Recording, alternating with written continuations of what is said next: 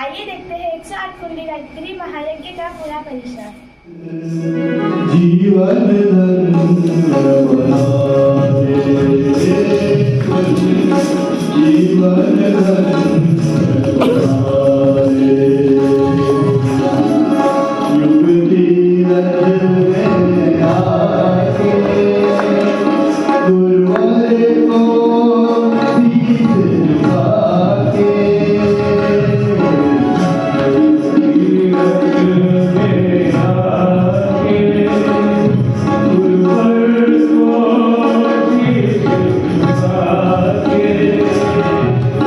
Oh,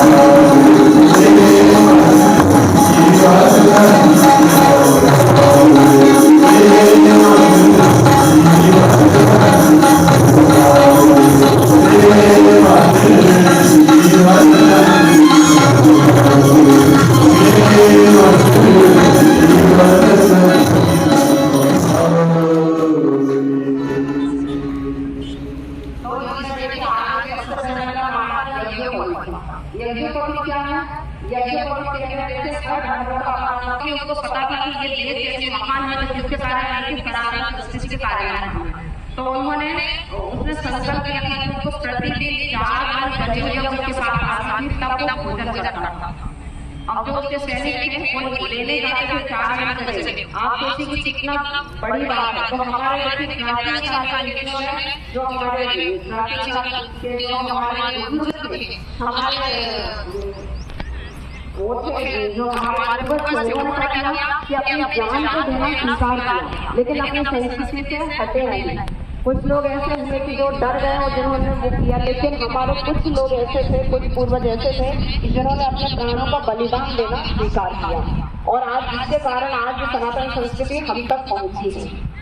तो इसकी रचना कैसे की गई है? गायत्री मंत्र को देखते हुए इसकी रचना की गई है। गायत्री मंत्र में देखिए आप ओम है, तो वो जो जनेऊ होती है इसमें भी एक बड़ी गांठ होती है, तो जो ओम का प्रतीक कौन सा है? वो बड़ी गांठ है। फिर बड़ी गांठ के बाद 3 छोटी छोटी गांठें और हैं, वो किसका प्रतीक है? गायत्री मंत्र में 3 देहातियां हैं, भूर भूवा स्वर मिश्रित है। तो इस प्रकार से कितने धागे हो गए? 9 धागे। इसमें ये अभी डबल है, जो विवाहित नहीं है वो सिंगल पहनते हैं, जो विवाहित होते हैं वो डबल धागे करते हैं। तो इस प्रकार से ये 9 धागे आप अपने शरीर में धारण करते हैं। कहते हैं कि आपने देखा होगा कोई कितना भी सुंदर मंदिर बना हो, लेकिन आप उसमें कब तक नहीं जाते हैं? जब तक किसी देवी देवता का होता है, यदि उसके विचार सुव्यवस्थित नहीं होंगे तो कोई देवी कार्य नहीं कर सकता। तो इसलिए हमारे बड़े गुरुदेव ने कहा सुव्यवस्था हर किसी व्यक्ति को अपने जीवन में अपनाना चाहिए। फिर दूसरा गुण है सहकारिता। सहकारिता क्या है? सहकारिता मतलब संगठन में रहना, मिलजुल कर रहना। आज भी आप सोशल मीडिया पे देख रहे हैं कि एक व्यक्ति के माध्यम से हो रहा है, इस संगठन के माध्यम से हो रहा है। और हमारे देश में बड़े बड़े जो भी अभियान चलाए हर अभियान पूरे हुए इसके माध्यम से केवल संगठन के माध्यम से। हमारे संगठन की शक्ति का एक प्रतीक क्या है? वो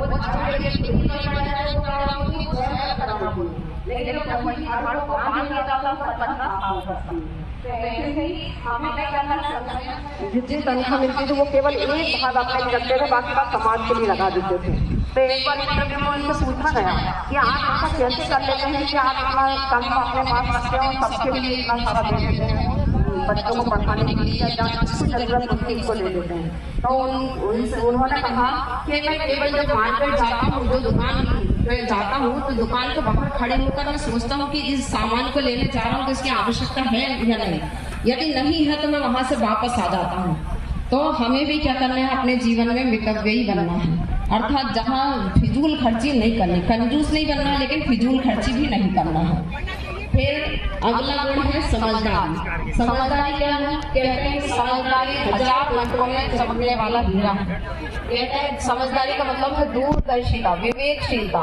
जैसे आज हम कोई कार्य कर रहे हैं, इसका क्या परिणाम होगा, यदि हम एक बार विचार कर लें तो कोई भी व्यक्ति गलत कार्य नहीं कर सकता। आज हम देखते हैं कि इतनी हत्याएं हो रही है, चोरी डकैती बलात्कार, जो भी दुष्कर्म हो रहा है, दुष्कृत्य हो रहे हैं, तो यदि उसको करने से पहले व्यक्ति एक बार विचार कर ले कि ये करने जा रहे हैं, इसका क्या परिणाम होगा, तो क्या कोई गलत कार्य कर सकता है? क्या कभी नहीं कर सकता। तो हमें क्या करना है, समझदारी रखनी है। हम जो भी कार्य कर रहे हैं उसका क्या परिणाम होगा, इसके ऊपर विचार करना